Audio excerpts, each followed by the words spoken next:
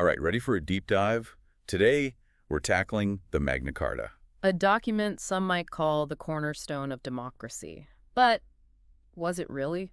We'll see. Yeah, because we're not just talking history here.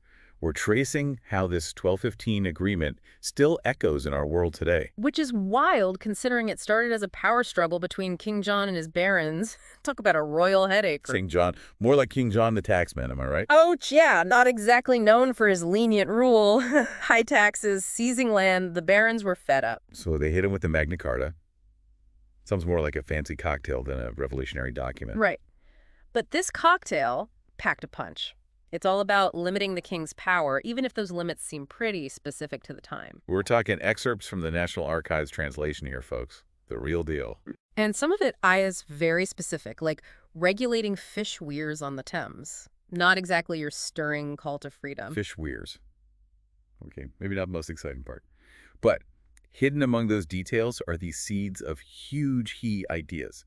Ideas about rights, about limits on power. And those ideas, my friend, those are what took root and blossomed into the principles that shape democracies today. It's fascinating. It's like this underlying current in the Magna Carta whispering, hey, even a king isn't above the law. Exactly. Now, it wasn't instant democracy, let's be clear. Many clauses were about very specific medieval problems. But even trying to put limits on a king's power back then, that was huge EE. Monumental. Take the clause about no taxes without general consent of the realm. Back then, that meant the barons. Right, not exactly a representative democracy. But fast forward, that same idea evolves. It becomes the foundation for representative government.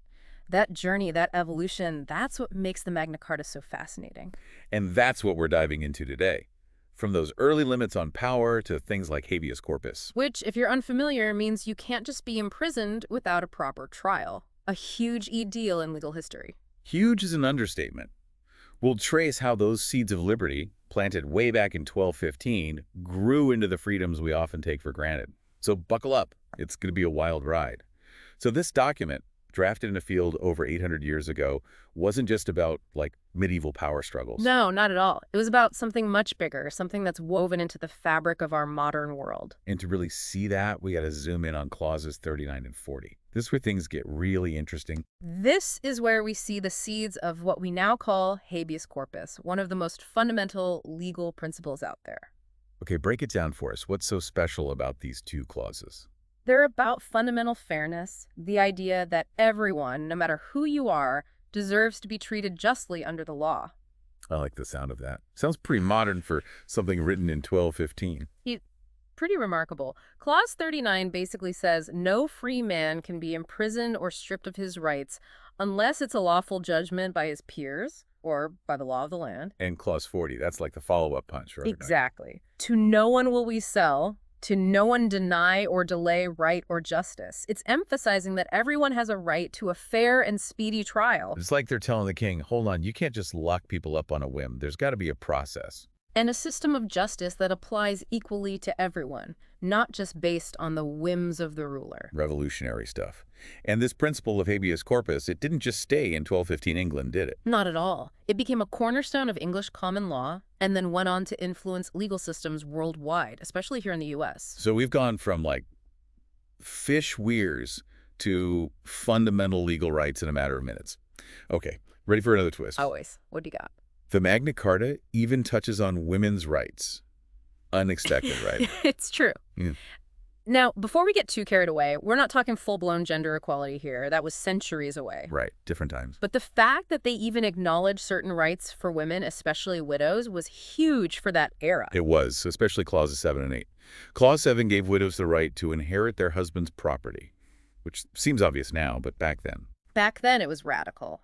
It gave women a degree of economic independence and protected them from being forced into another marriage just to survive. Because back then, women were often seen as property themselves, right? Sadly, yes. So even these limited protections in the Magna Carta, they were a step in the right direction. It's like they planted this seed, this idea that women could have some legal standing, even without a husband.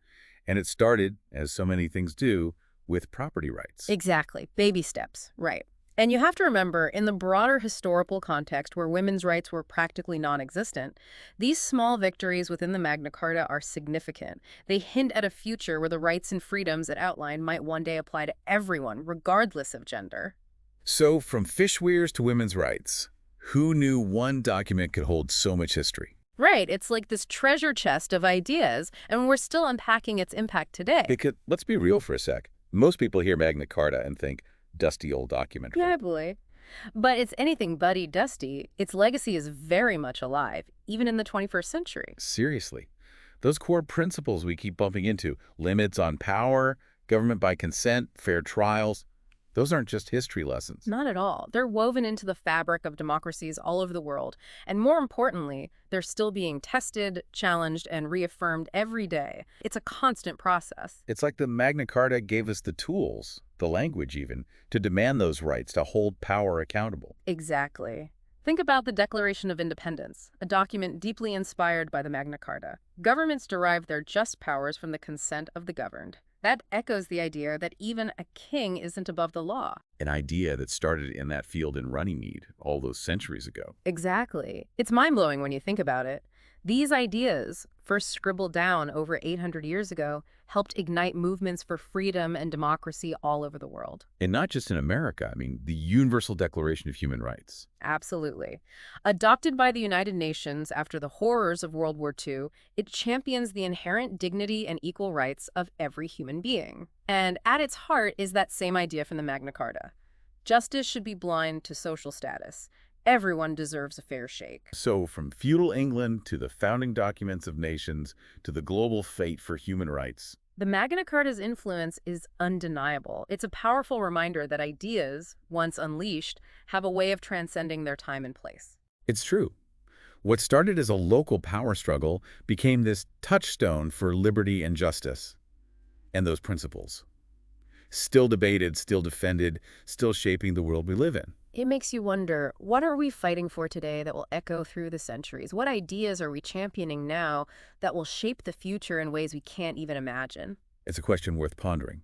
And on that note, we'll wrap up our deep dive into the Magna Carta. It's been quite a journey, from medieval fish weirs to the very foundations of democracy. And a reminder that the fight for a just and equitable world is an ongoing process, one that requires constant vigilance, dialogue, and yes, even a deep dive or two into the ideas that shaped our world. Couldn't have said it better myself. Thanks for joining us for this deep dive, everyone. Until next time, keep exploring, keep questioning, and keep those big ideas flowing.